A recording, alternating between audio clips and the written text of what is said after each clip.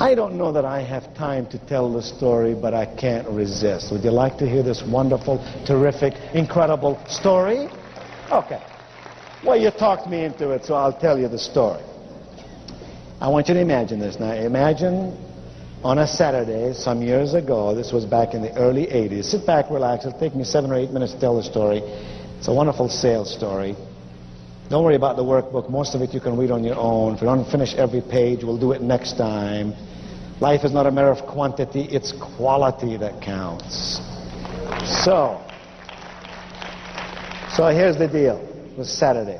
I had blue jeans on, t-shirt. Hard to imagine me with t-shirt and blue jeans, isn't it? I drove my car over from High Point, where I live, to a neighboring city called Greensboro, North Carolina. Well, good, then this story is going to mean something to you. I drove into a place called Pickard Imports, a car dealership that sells Mercedes and Volvos. I got out of my car, walked into the showroom. There were 7 salespeople there, all standing by the wall. Nobody bothered to talk to me except this one young salesperson. I could see all the other salespeople thinking to themselves, this young guy can't really figure out a good customer. He's obviously new. He's obviously inexperienced. And they were watching his activity. He came over to me and he said, hello, sir. How may I serve you today? I liked him already because most people say, can I help you? No, do I look like I need help? No, I don't need help, but serving, maybe I need something. I said, oh, well, I'm just looking around. He said, sir, let me just ask you a question.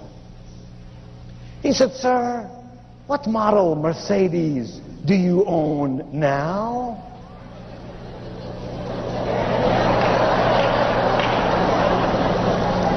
I said, I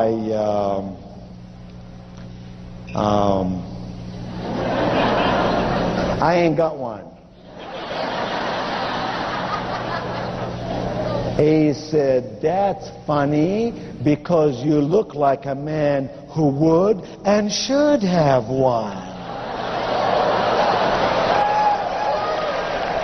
I was falling in love with the guy right there and there.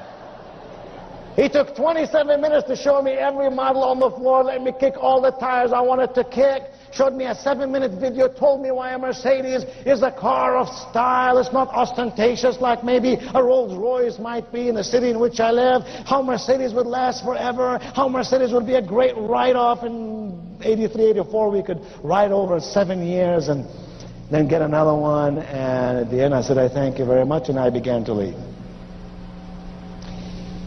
He looked at me with pad in one hand and pen in the other and said, sir, may I have your name, please?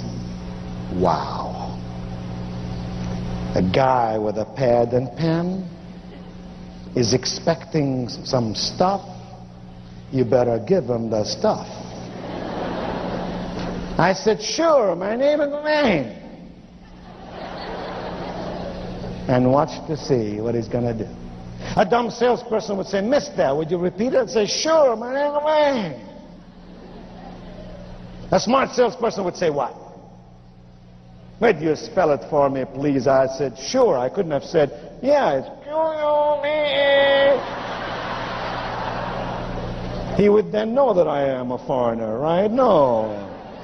So I said, sure, it's Q-U, B as in boy, E-I. N as in Norman. He put it down. It wasn't but 2 days later he called me up. He said, Mr. Cuban? Gotta tell you, Mr. Cuban, we just got the car you're looking for. Now go back to 83. That was a 450 SEL. He said, metallic blue on the outside, navy blue on the inside. It is a beauty. And he said, Mr. Cobain, or Mr. Cuban, I'm dying to show it to you. I said, dear friend, I'm a very busy man. I travel some 150 days a year around the world. I have no time to really come over and look at a car. He said, Mr. Cuban, just maybe I can bring the car over to you. I said, 3:30 today, I'll be glad to see you, but remember 3:25, you're going to be 5 minutes too early, and 3:35, you're going to be 5 minutes too late. He said 3:30 it will be, and by golly, 3:30 it was. And it was obvious to me that his manager did not trust him, because he came right along with him. Showed me the car, let me drive it around the block. I fell in love with this machine, and I wasn't even going through midlife crisis. I took him to my office and I wrote him a check. In '83, that was $42,000. Same car today, $120,000. He picked up the money, he walked out of my office, he went into the lobby of my office. There were 4 secretaries there, strategically located, one in every corner.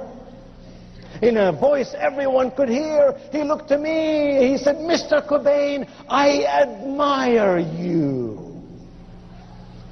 I waved to all my secretaries to stop working, start taking some notes.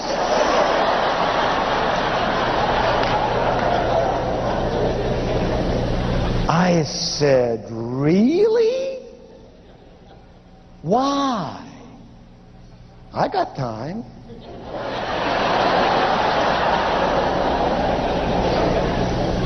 He said, "Mr. Cobain, it's not every day I work with a person who's a business person like you. I know what you did today. You did not spend your money. You invested your money in something very worthwhile. I know what you're going to do. You're going to drive that car around. You're going to feel safe. That's number 1. You're going to feel good. That's number 2. You're going to live in style. That's number 3. Oh, Mr. Cobain, I know. You're going to put this car on business. You will depreciate this car over 7 years. Oh," he said, "what America needs are more refugees like you."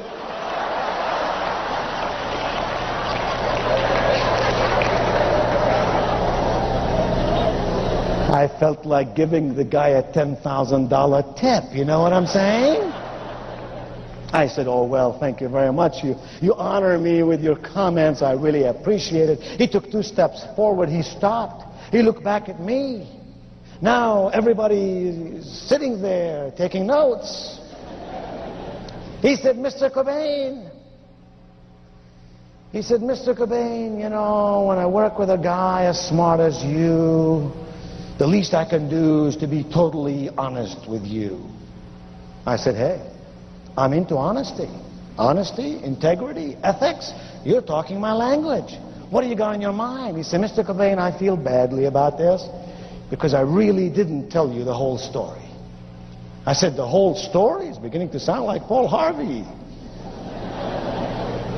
I said, "What are you trying to tell me?" He said, "Well, you see," he said, "Mr. Cobain, I don't know how to tell you this, but this car comes in a set."